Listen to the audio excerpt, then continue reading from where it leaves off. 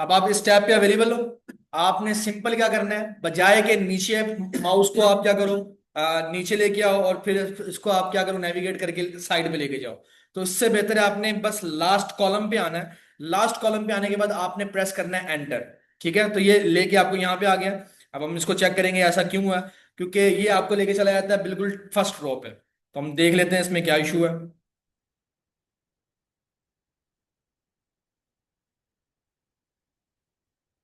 तो आप अगर टैब से काम करते हुए आगे जा रहे हैं, बजाय कि आपने नेविगेशन की इस्तेमाल नहीं किया आगे पीछे जाने के लिए, आपने अगर नेविगेशन की का इस्तेमाल नहीं किया, आप टैब दबाते दबाते आगे अगर गए और लास्ट कॉलम आ चुका है, लास्ट कॉलम के बाद आप चाह रहे हो डाटा एंटर करना, तो आपने सिंपल एंटर का बटन दबाना है। जैसे ही एंटर दबाओगे तो आप पहले कॉलम पे पहुंच जाओगे। अब यहाँ पे मैं लिखता हूँ 01, 01 लिखने के बाद मैंने फिर टैब दबाया, अब अबू बकर। ठीक है, कुछ भी नाम रैंडम, एड्रेस भी रैंडम, नंबर भी रैंडम, ईमेल भी रैंडम, फिर एंटर। तो इस तरीके से आप क्या करोगे, डिफरेंट तरह का डाटा जो है आप यहाँ पे ऐड कर सकते हो। ठीक है, अब ऐड करते करते आपको कुछ यहाँ पे इश्यूज नजर आ रहे हैं।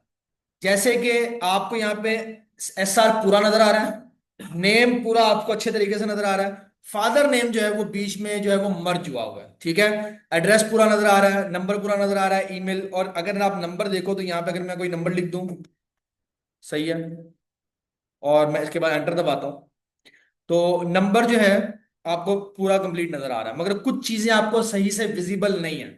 अब सही से विजिबल करने के लिए आपके पास दो ऑप्शन है। पहला ऑप्शन क्या है, आपने आना है ऊपर, कहां पे, कॉलम में। तो जहां पे कॉलम्स हैं, दोनों कॉलम्स के दरमियान में आपने आना। दरमियान में जैसे ही आप आओगे तो आपको ये एक एरो सा नजर आएगा। इसको पकड़ के आप क्या कर सकते हो, लाइन को पकड़ के आप ड्रैग ड्रॉप करोगे, जिस तरीके से हमने अपने टेबल के अंदर किया था, बड़ा या छोटा, उसी तरीके से आप यहां पे भी करोगे। आप खींच के बड़ा कर सकते हो या खींच के छोटा कर सकते हो, जैसे आपको सूटेबल लगे आपने वैसे इसको करके कर देना, यह काम आपका हो जाएगा। अब जैसे हमारे पास ये सी वाला आ रहा है, फादर नेम कंप्लीट नहीं आ रहा, तो मैं इसको खींच के ड्रैग करके बड़ा कर देता हूँ, ये हो जाएगा। इसके अलावा एक और ऑप्शन यहाँ पे हमें हमें मिलता है। अगर ये इतना छोटा है, अब आप चाहते हो कि जितना कंटेंट इसके अंदर लिखा हुआ है उसके मुताबिक ऑटोमेटिकली हो जाए। एक तो काम है कि हम यूं खींच के इसको लंबा कर रहे हैं, मैंने ज्यादा लंबा कर दिया है। मैं चाहता हूं कि जितना कंटेंट यहां पे पूरा है उसके मुताबिक इसकी विड्थ होनी चाहिए। तो मैंने कॉलम्स के बीच में आना है, बीच में आने के बाद डबल क्लिक करना है। जैसे डबल क्लिक करूंगा तो जितना भी मेरे मैक्सिमम कंटेंट की रेंज थी उसके मुताबिक ये ऑटोमेटिकली क्या हो जाएगा, एडजस्ट हो जाएगा। तो डी पे भी ऐसे करना है, मैंने डबल क्लिक किया तो ये ऑटोमेटिकली हो गया। ठीक है, अब सीरियल नंबर देखो, यहाँ पे इधर स्पेस ज्यादा आ रही है और इधर स्पेस ज्यादा आ रही है, तो डबल क्लिक करेंगे तो उसने स्पेस को कवर कर दिया है। तो ये फॉर्मेटिंग के लिए इस्तेमाल होता है। Same as it is rose के लिए भी ये काम हो सकता है। ये रो है, यहाँ पे स्पेस ज्यादा आ गई है, आपने सिंपल क्या करना है, कम करना है, डबल क्लिक करोगे तो ये ऑटोमेटिकली क्या कर देगा, रोज को और कॉलम्स को इस तरीके से आप छोटा बड़ा कर सकते हो। आज इतना ही है। आज भी आप लोगों ने एक्सेल को ओपन करना है, ओपन करके आपने थोड़ा बहुत इसमें कंटेंट लिख के चेक करना है। और एक चीज मैं बताना भूल गया हूँ, अब मिसाल के तौर पे आपसे कुछ मिस्टेक हो गई है स्पेलिंग की, आप लिख रहे थे, आपने देखा जैसे कि अबू बकर के वालिद का नाम ये कोई अजीबो गरीब आ गया।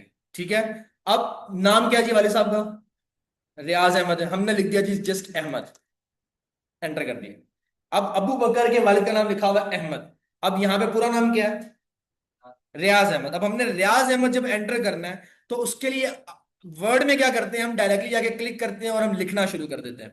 एक्सेल में ये काम ऐसा नहीं होता। आप अगर आके इस पे क्लिक करोगे तो ये सेल सेलेक्ट हो गया। अब जैसे ही आप लिखने, आप चाहते हो कि अहमद से पहले रियाज लिखा जाए ताकि मुझे पूरा नाम दोबारा ना लिखना पड़े, तो आप टाइप करते हो, वो अहमद यहां से गायब हो जाता है।